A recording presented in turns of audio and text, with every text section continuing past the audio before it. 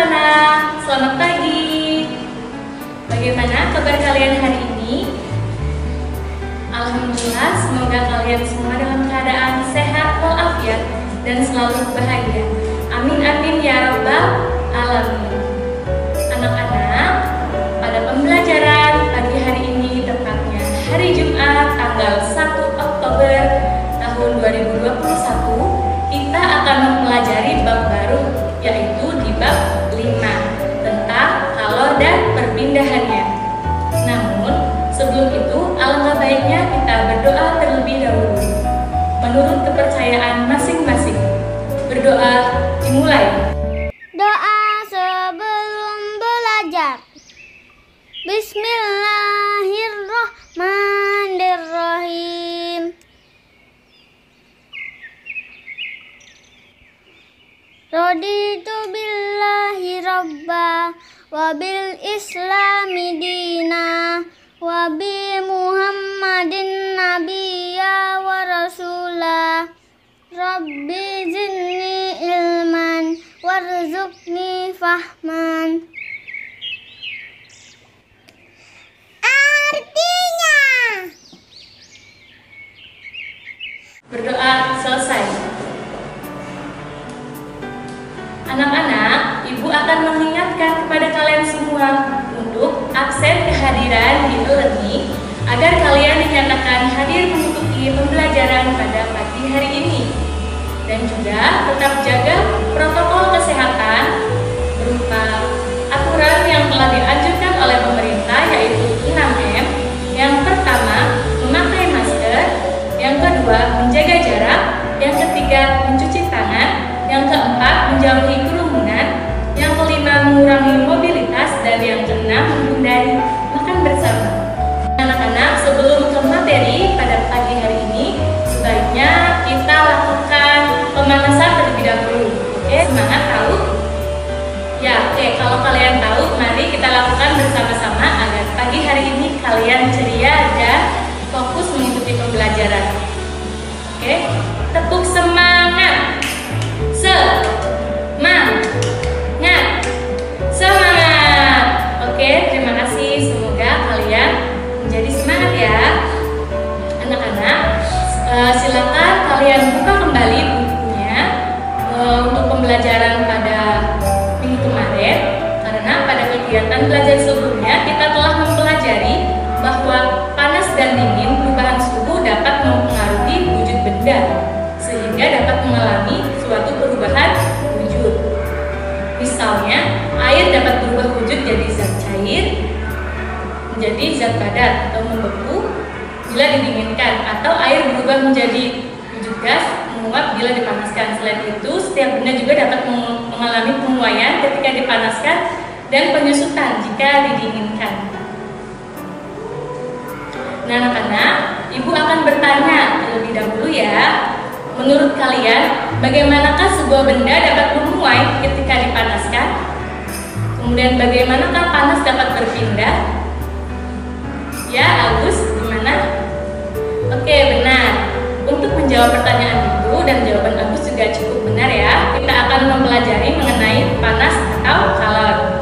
Berbicara mengenai kalor, maka sesungguhnya kita sedang berbicara mengenai energi.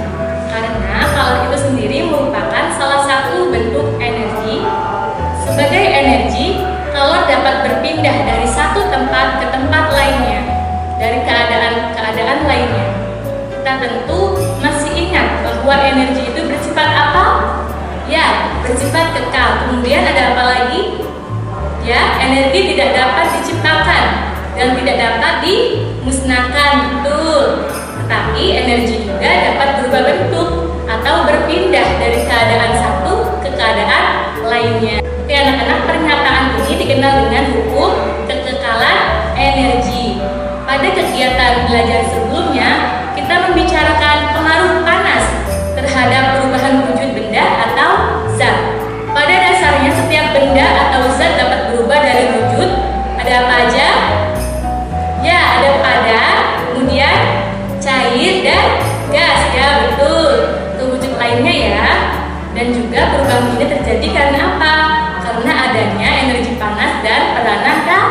kalor. Nah, maka dari itu, pada pagi hari ini kita akan mempelajari di bab 5 tentang kalor dan perpindahannya. Oke, konten materi yang akan dibahas pada video pembelajaran hari ini. Yang pertama, pengertian kalor. Yang kedua, alat pengukur kalor. Yang ketiga, kalor dan perubahan suhu benda. Dan yang keempat, kalor dan perubahan wujud benda. Namun sebelum itu, Ibu akan membacakan terlebih dahulu tujuan pembelajarannya yang harus bersama-sama kita capai. Yang pertama, siswa mampu menjelaskan pengertian kalor dengan benar. Yang kedua, siswa mampu menjelaskan alat pengukur kalor dengan benar. Yang ketiga, siswa mampu menganalisis kalor dan perubahan suhu benda. Dan yang keempat, siswa mampu menganalisis kalor dan perubahan wujud benda. Yang pertama, pengertian kalor ya, anak-anak. Apa itu kalor? Coba siapa yang bisa jawab? Ya, kalor merupakan energi panas yang berpindah dari benda yang bersuhu tinggi ke benda yang bersuhu lebih rendah. Kemudian, apa satuan dari kalor? Ada yang tahu? Ya, dalam standar internasional, kalor mempunyai satuan berupa joule atau dilambangkan dengan huruf J besar. Kemudian, satuan kalor yang paling populer sering digunakan dalam bidang gizi yaitu kalori dan kilokalori. Oke, anak-anak, jadi 1 kalori adalah jumlah energi panas yang dibutuhkan untuk menaikkan suhu 1 gram air hingga naik sebesar 1 derajat Celcius. Kemudian 1 kalori sama dengan 4184 joule atau sering dibulatkan menjadi 4,2 joule. Tubuh kamu mengubah sebagian makanan menjadi energi panas. Energi panas ini yang disediakan oleh makanan diukur dalam kilokalori. Dan 1 kalori makanan itu sama dengan 1000 kalori. Kalori juga digunakan untuk makanan karena kalori terlalu kecil untuk mengukur energi pada makanan yang dimakan, agar bilangan yang dikomunikasikan tidak terlalu besar. Nah, oke, lihat gambar di samping juga ya anak-anak. Zat gizi makanan mengandung energi kimia yang diubah menjadi energi panas untuk mempertahankan suhu tubuh. Kemudian saat kamu sedang merasa kedinginan, kamu akan apa? Akan menggigil tentunya ya. Kemudian untuk mempercepat metabolisme itu, suhu tubuh tetap terjaga. Setiap makanan kemasan harus tercantum kandungan energinya. Seperti di gambar itu menunjukkan kalori makanan sebesar 146 kalori, seperti itu ya. Kemudian yang kedua, kita akan membahas alat pengukur kalor. Apa itu alat untuk mengukur kalor? Jadi anak-anak, untuk mengukur kalor ada 2 jenis. Yang pertama ada kalorimeter dan yang kedua ada termoskop diferensial. Nah, kalorimeter digunakan untuk menentukan besarnya energi kalor suatu zat. Prinsip kerjanya didasarkan pada asas Black, yaitu campuran antara benda bersuhu akan mengakibatkan transfer kalor. Benda bersuhu tinggi akan melepaskan kalor, sedangkan benda yang bersuhu lebih rendah akan menerima kalor.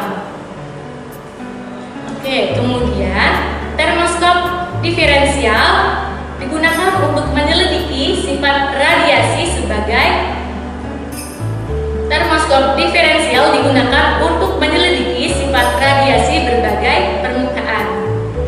Oke, yang ketiga, kalor pada perubahan suhu.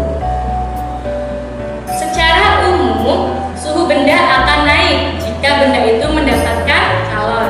Sebaliknya, jika suhu benda akan turun jika kalor dilepaskan dari benda itu. Air panas jika dibiarkan lama-lama akan mendingin mendekati suhu ruang ya. Hal ini menunjukkan bahwa sebagian besar kalor dilepaskan benda tersebut ke lingkungannya. Kenaikan suhu oleh kalor dipengaruhi oleh massa benda dan jenis benda.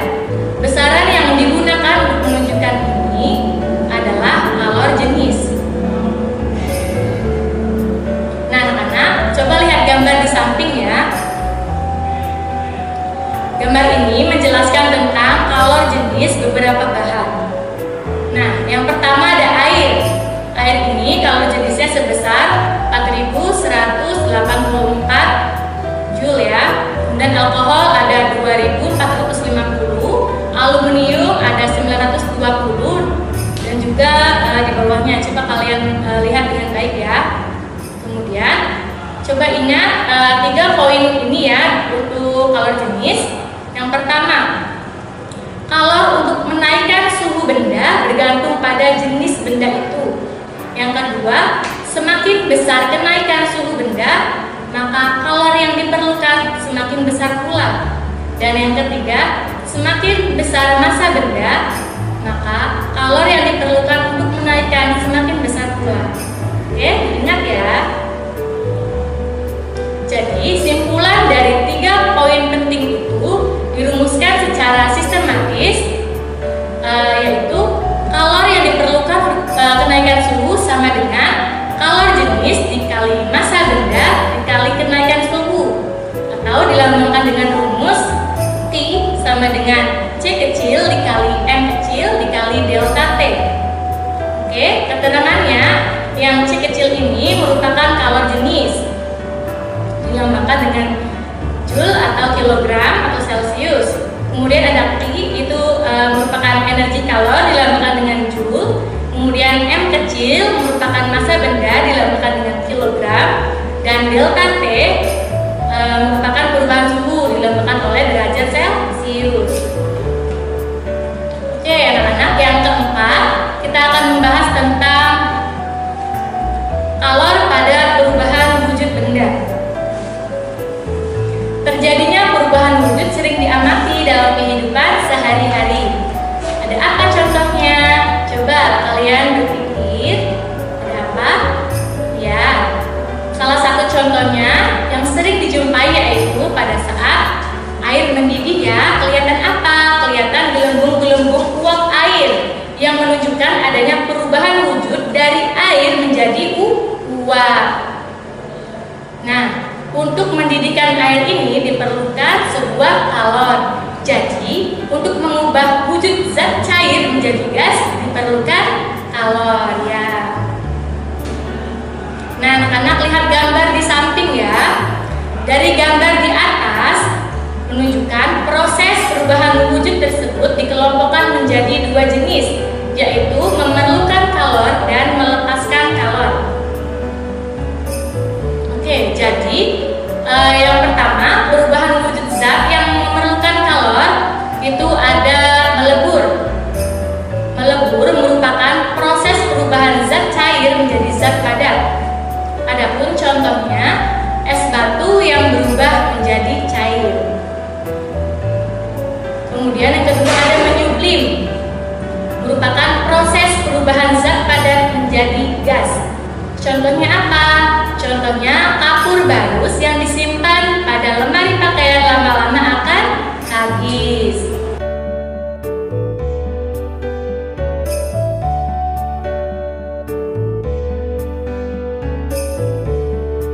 Tidak ada menguap.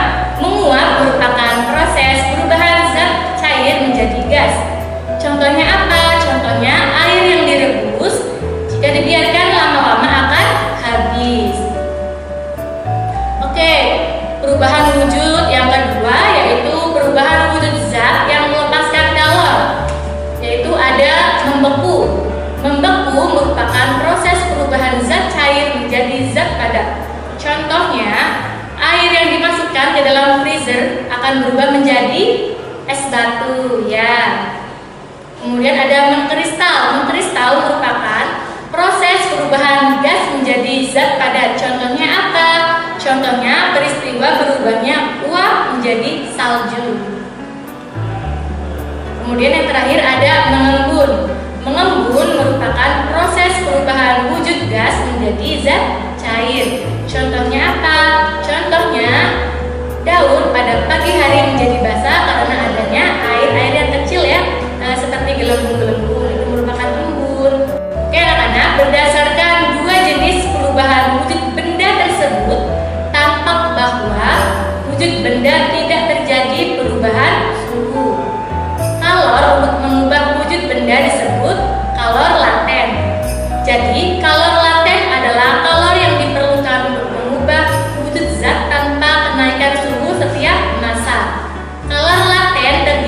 atas kalor uap atau kalor embun dan kalor lebur atau kalor beku. Oke ya, lihat gambar di samping ya. Ini ada rumus dari kalor laten, yaitu kalor penguapan dan pengembunan. Rumusnya sama dengan I sama dengan M kecil dikali U besar. Kemudian untuk yang kalor lebur itu kemudian untuk yang kalor lebur rumusnya ada I sama dengan M kecil dikali L besar. Keterangan dari rumus-rumus itu, yang pertama I itu merupakan kalor yang dibutuhkan atau dilepaskan untuk berubah wujud, dilambangkan dengan huruf Joule. Kemudian yang M kecil merupakan massa zat yang berubah wujud, dilambangkan dengan kilogram. Kemudian L besar merupakan kalor lebur atau kalor beku, dilambangkan dengan joule atau kilogram. Kemudian yang terakhir ada huruf U besar, merupakan kalor penguapan atau kalor pengembunan, dilambangkan dengan joule atau kilogram. Di yang terakhir itu ada kesimpulan. Yang pertama, kalor merupakan salah satu bentuk energi yang berpindah dari benda yang bersuhu tinggi ke benda yang bersuhu lebih rendah jika kedua benda tersebut saling bersentuhan. Yang kedua, kalor jenis adalah banyaknya kalor yang diperlukan untuk menaikkan suhu 1 gram zat sebesar 1 derajat Celcius. Kemudian yang ketiga, zat dapat berubah wujud apabila yang pertama, perubahan wujud zat yang memerlukan kalor itu ada apa aja? Ada mencair, menguap, dan menyublim. Kemudian perubahan wujud zat yang melepaskan kalor itu ada apa? Ada membeku, mengembun, dan mengkristal. Kemudian yang terakhir yang keempat, asas Black berbunyi banyaknya kalor yang dilepaskan benda bersuhu lebih tinggi sama dengan banyaknya kalor yang diterima benda yang bersuhu lebih rendah. Oke anak-anak, bagaimana? Apakah kalian sudah paham mengenai materi kalor dan berpindahnya? Alhamdulillah jika kalian sudah paham. Untuk memurnikan pemahaman kalian, Ibu telah menyiapkan soal latihan pilihan ganda dengan jumlah 10 soal di e-learning ya. Ibu berharap kalian dapat mengerjakannya dengan baik dan benar. Waktunya dimulai dari jam 8.30 sampai jam 9 malam, oke?